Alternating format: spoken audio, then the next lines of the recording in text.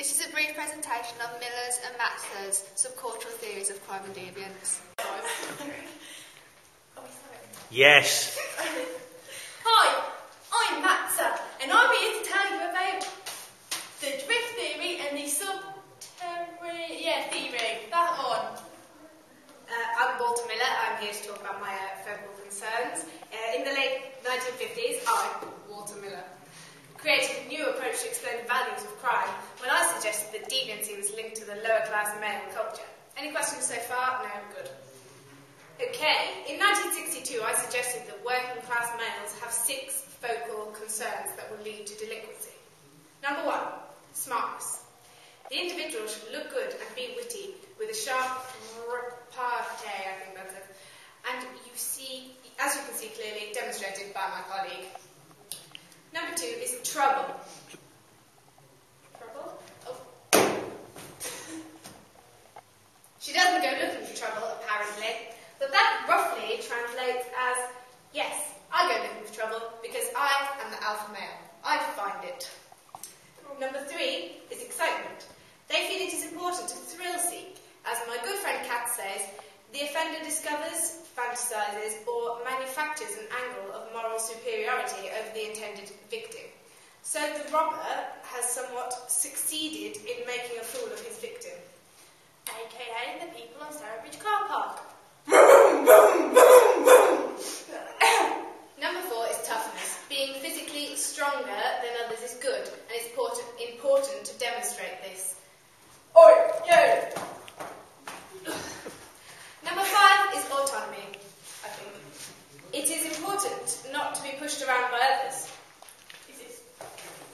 No, but we'll carry on anyway.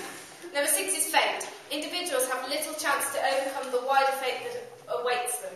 As you can see, young, lower-class males are pushed towards crime by the rather strong values of their subculture. I will now hand over to my colleague, Matza. Hi, I'm here to tell you about the subterranean method that I came up with. Matza being me, and SCLY4 further developed the views of delinquency as a result of deviant subcultures, which exposes individuals to crime and teaching deviant behaviours or subterranean values, which cause these to deviate from norms of society. SCLY4 and I also argue that delinquency acts as not only a deviant to society, would like to believe that normal values are oversimplified. We also talk about the drift theory. Most young youths are in the state of drift, where they are unsure exactly who they are and what their place is in society. For most youth, male, this is a period of boredom and crisis. It is in this period of life that there is only an event that unambiguously gives them a clear identity of offenders as much as the employee. Committing offences provides a break from boredom, pleasure, and a sense of being someone, for example, a gang member or an odd man. Techniques of neutralisation. Right. Denial of responsibility. The offender denies that it was their fault, it wasn't me, and it was the alcohol and drugs. It wasn't me, mate. I was high, wasn't I? I was just chilling in the crew with the drugs. Yeah. Denial of victim. The offender claims that in the particular case, the victim was wrong. For example, in a rape case where the woman was dressed in a way that led them on. My name's James Cox, and I have this extreme view. Denial of injury. Offender claims that the victim was not really hurt or harmed by the crime, often used to justify their form of company as opposed to stealing from the individual. Well, I didn't punch him in the face. It couldn't hurt that much, could it really? I mean, it's not like I killed him. Condemnation of the commenders. The offender feels a sense of unfairness of being picked for something other than that they've done and not being punished for the other thing that they did.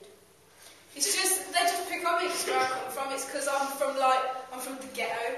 They think that they can just pick on me because I was yeah. Appeal to the higher loyalty. The offender claims that the rules of the law has been ignored because more important issues were at stake. The offender was, for example, standing up for his family, community, or race. What, you started on my fan, blood? You started on my fan! You're from a trans to take blood. Blood.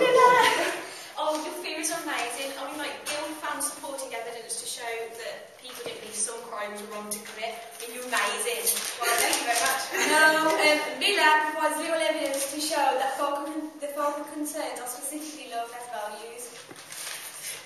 Subcultural theory and British experience. These studies are mainly American studies, but when David Deviance studied young working-class males in London, he couldn't find distinctive values. Subterranean values. The main criticism of subcultural theories is that there's little evidence to demonstrate a set of antisocial values. If subcultures were their response to middle-class values or working-class values?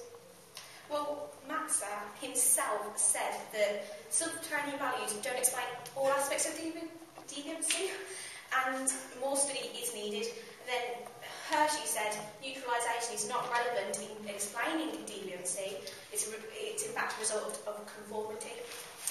Matza said that all groups share a set of subterranean values, which are a set of deviant values but are kept hidden alongside those values which are socially approved. These subterranean values emerge in certain situations, for example, like parties. He argues when these values emerge, we use techniques of neutralisation to justify deviant actions. Yeah, well, that's amazing, sir. It's getting a bit personal. We appear to be starting on each other's fans. So let's have a few questions, shall we? I've just talked about my focal concerns. Can you tell me 2 of my focal concerns? Smart. One at a time, please. Smartness is 1. Excitement is 2. Trouble. Oh, that's 3. Well, Top marks. 2's another one. They're going for more. Go for it, Charlotte. Go. You keep going there. Will they